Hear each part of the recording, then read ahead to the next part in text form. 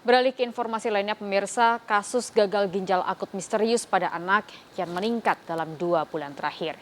Ikatan Dokter Anak Indonesia menemukan fenomena 2 bulan terakhir di mana 131 anak mengalami gagal ginjal akut misterius hingga harus cuci darah. Orang tua waspada dengan menjaga asupan air putih pada anak.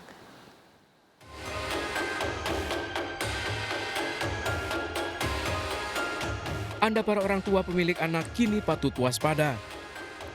Ikatan Dokter Anak Indonesia menyoroti tren peningkatan kasus gagal ginjal akut yang terjadi sejak Januari 2022 ini.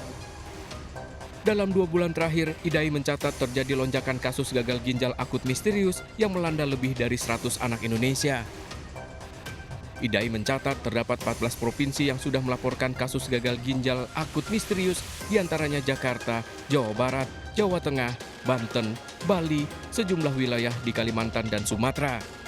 Yang terparah, 80 hingga 90% kasus gagal ginjal akut misterius di Jakarta membutuhkan cuci darah.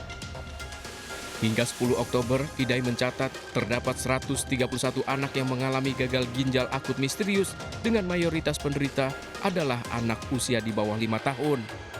Rata-rata pasien mengeluhkan demam, batuk, pilek, diare, muntah, serta volume urin menurun atau tidak buang air kecil sama sekali dalam kurun waktu 3 hingga 5 hari. Untuk menekan angka gagal ginjal akut misterius agar tidak kian berkembang, Ikatan Dokter Anak Indonesia menyarankan orang tua untuk memantau semua konsumsi anak. Salah satunya dengan menjaga cakupan air mineral anak, yaitu dengan memastikan anak meminum air putih dengan cukup. Secara umum, kebutuhan cairan untuk anak menurut IDAI ini 1,3 liter atau sekitar 5 gelas untuk anak usia 1 hingga 3 tahun, 1,7 liter atau sekitar 6 hingga 7 gelas untuk anak usia 4 sampai 8 tahun, serta 2,4 liter atau sekitar 8 hingga 10 gelas untuk anak usia 9 hingga 13 tahun. Sejauh ini, Kemenkes telah membentuk tim yang terdiri dari Ikatan Dokter Anak Indonesia dan tim dari Rumah Sakit Dr. Cipto Mangunkusumo untuk meneliti terkait kasus gagal ginjal akut misterius pada anak. Secara umum, gangguan ginjal akut ini penyebabnya tuh ada 3 kan, Dokter Eva ya. Yang pertama yang paling sering nih, kita sebut sebagai penyebab fungsional.